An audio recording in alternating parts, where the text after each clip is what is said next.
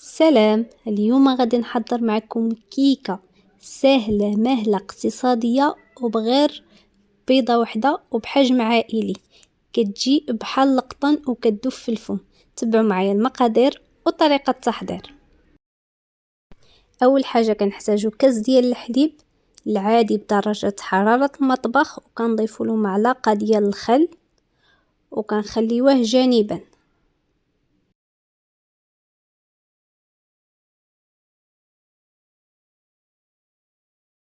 دابا كنحتاج واحد البيضة وكنضيف عليها كأس ديال السكر سنيدة، وكنطربهم مع بعضياتهم مزيان حتى كيولي لنا اللون ديال الخليط ابيض.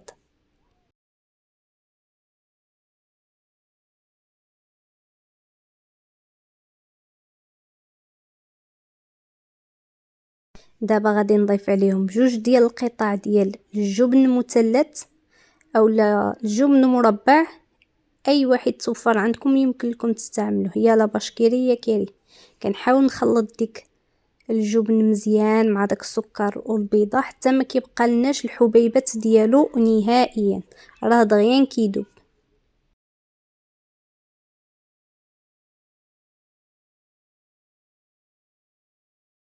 من بعد ما داب معايا ديك الجبن، عندي كأس الا ربع ديال الزيت نباتيه، كنبقى نضيفو بالتدريج مع التخليط المستمر.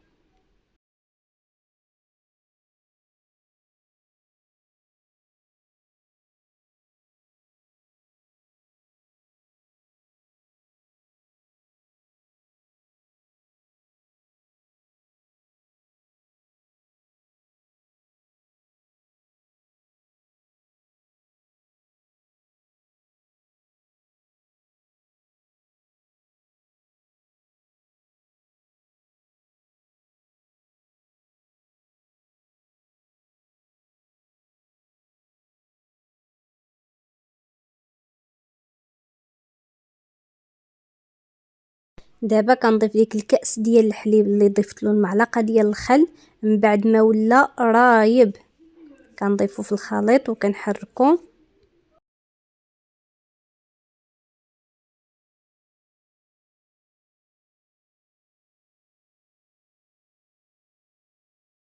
وكنضيف عليهم ساشي ديال السكر الفاني.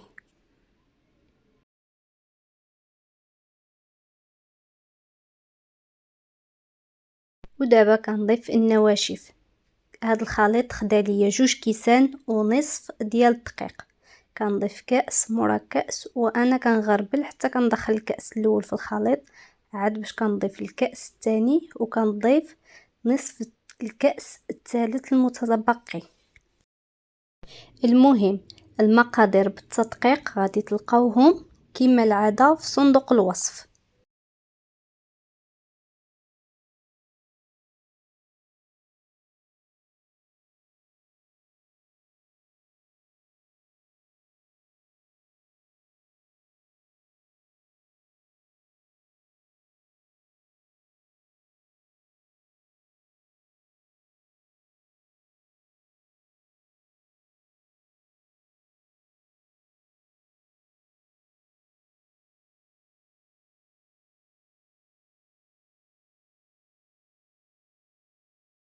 وكنضيف اخر حاجة هي جوج خمارات من فئة 8 غرام.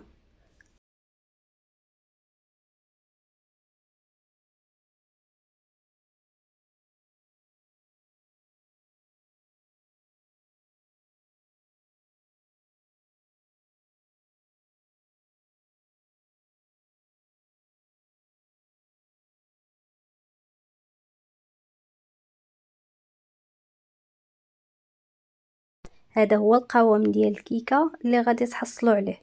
في هذا الاثناء كنجيب المول ديالي اللي دهنته بالزبدة ورشيته بالدقيق وكنفرغ فيه الخليط ديالي.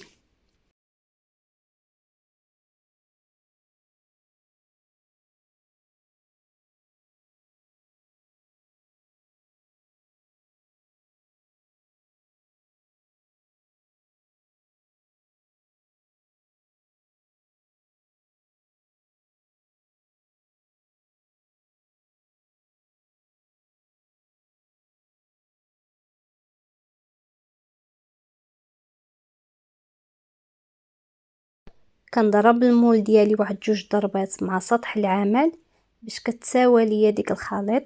وانا عندي الفرن ديال الغاز كندخلو فوق المقله الثقيله. هنا الكيكه ديالي من بعد ما خرجت كنخليها حتى كتبرد وكنقلبها. ويمكن لكم تزوقوها باي حاجه كتبغيو. انا زوقتها بالكوفيتير ديال المشماش ورشيت فوق منها الكوك.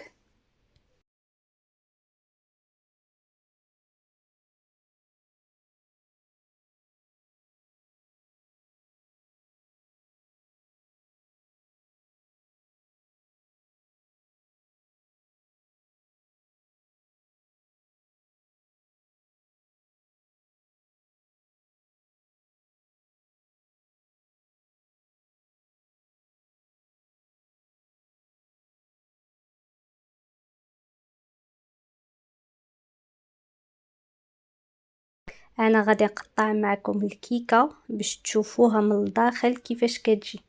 صراحه كتجي لذيذه وكتجي مقطنه رائعه. متاكده غادي تعجبكم واذا جربتوها. نتمنى تكون عجبتكم الوصفه ديال اليوم. مبقى لي الا نقول لكم بالصحه والراحه.